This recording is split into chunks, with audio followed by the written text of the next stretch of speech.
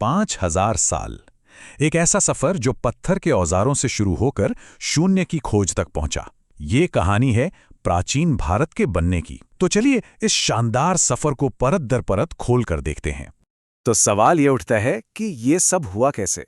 कैसे वो लोग जो पत्थर के औजार इस्तेमाल करते थे, इधर उधर घूमते थे, उन्होंने दुनिया की पहली महान सभ्यताओं में से एक को जन्म दिया? चलिए इस बड़े बदलाव की जड़ों तक चलते हैं। तो देखिए, सब कुछ ना एक बहुत बड़े बदलाव से शुरू हुआ, और वो बदलाव था शिकार छोड़कर एक जगह बस जाना। ये सिर्फ घर बनाने की बात नहीं थी, नहीं, ये एक ऐसा कदम था जिसने समाज के पूरे ताने बाने को ही बदल कर रख दिया। ये सफर शुरू होता है पाषाण युग से। शुरुआत में मतलब पूरा पाषाण काल में इंसान सिर्फ गुजारे के लिए शिकार करता था। फिर आया मध्य पाषाण काल, औजार थोड़े बेहतर हुए और छोटी छोटी बस्तियां भी बनने लगी। लेकिन जो असली क्रांति आई ना, वो आई नवपाषाण युग में। इसी ने आने वाले कल की नींव रखी। तो वो क्या चीज थी जिसने सब कुछ पलट कर रख दिया? जवाब है खेती। सोचिए, जिस दिन इंसान ने पहली बार फसल उगाई होगी, बस उस दिन के बाद उसे खाने की तलाश में भटकने की जरूरत खत्म हो गई। और देखिए, जब पेट भरा होता है ना, तो दिमाग कुछ नया सोचता है। इसी सोच से गांव बसे और इन्हीं गांवों ने आगे बढ़कर सिंधु घाटी जैसे बड़े बड़े शहरों को जन्म दिया। और इसका नतीजा था हड़प्पा सभ्यता। जरा सोच कर देखिए, आज से 4500 साल पहले की बात है ये। ऐसे शहर थे जहां सड़कें एकदम सीधी 90 डिग्री पर एक दूसरे को काटती थी।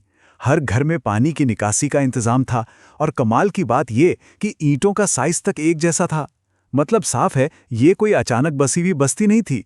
ये एक बहुत ही ज्यादा प्लान की हुई एक विकसित समाज की निशानी थी। अब यहां से कहानी एक और बड़ा मोड़ लेती है। ये जो अगला बदलाव था, ये ईंटों और पत्थरों का नहीं था। ये बदलाव था विचारों का, समाज का, आध्यात्मिकता का।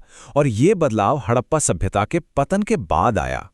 यहां पर एक बहुत जरूरी बात समझनी होगी, आर्य शब्द के बारे में। प्राचीन संस्कृत ग्रंथों में आर्य शब्द का मतलब किसी नस्ल या रेस से बिल्कुल नहीं था। इसका मतलब था श्रेष्ठ, सभ्य या सम्माननीय। ये एक तरह की सांस्कृतिक पहचान थी जो भाषा और परंपराओं से जुड़ी हुई थी। अच्छा, तो वैदिक लोगों की उत्पत्ति को लेकर ना दो बड़ी थ्योरीज हैं। एक है आर्यन माइग्रेशन थ्योरी। ये कहती है कि इंडो आर्यन भाषा बोलने वाले लोग लगभग 1500 ईसा पूर्व मध्य एशिया से भारत आए। इसके सपोर्ट में भाषाओं की समानता और तुर्की में मिले कुछ शिलालेखों का जिक्र किया जाता है। वहीं दूसरी थ्योरी है इंडिजिनस आर्यन थ्योरी। ये कहती है कि वैदिक संस्कृति भारत में ही यहीं के लोगों द्वारा विकसित हुई। इसके पक्ष में हाल में हुई आर्कियोलॉजिकल खोजें और डीएनए स्टडीज हैं। तो दोनों के अपने अपने तर्क हैं। इसी दौर में भारत में विचारों का एक जबरदस्त मंथन चल रहा था।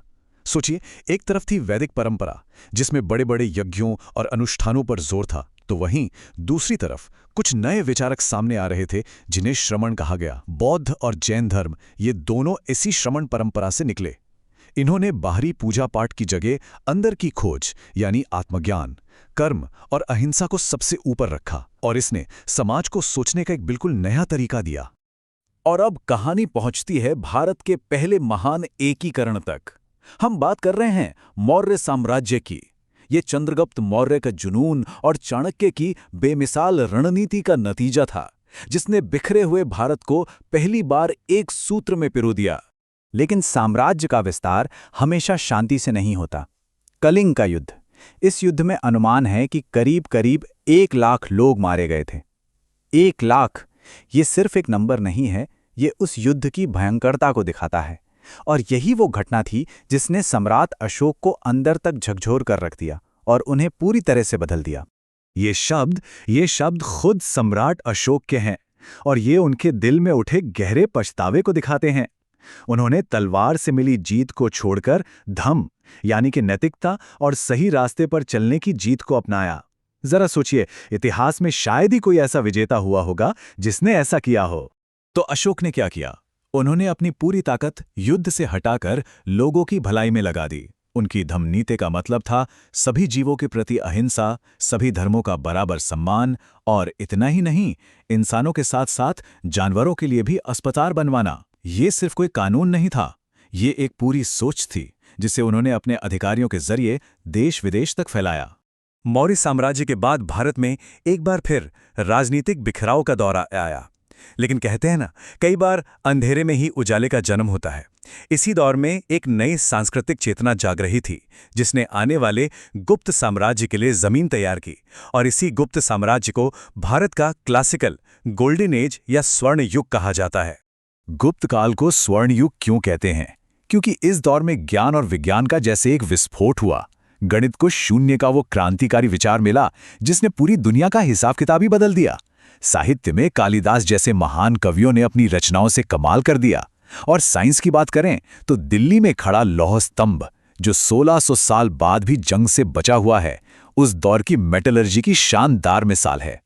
तो ये पूरा सफर देखिए, पत्थर के औजार बनाने वाले हाथों से शुरू होकर उसी इंसान ने एक दिन शून्य की अवधारणा दुनिया को दी। ये यात्रा सिर्फ एक विकास की कहानी नहीं है, ये लगातार खुद को बदलने और बेहतर बनाने की एक महान दास्तान है। तो आखिर में ये सवाल जरूर सोचना चाहिए कि इस हजारों साल पुरानी विरासत में ऐसा क्या है जो आज भी हमारे साथ है। अशोक की अहिंसा की बात हो या फिर गणित का वो शून्य, प्राचीन भारत के वो कौन से विचार हैं जो आज भी हमारी मॉडर्न दुनिया को रास्ता दिखा रहे हैं।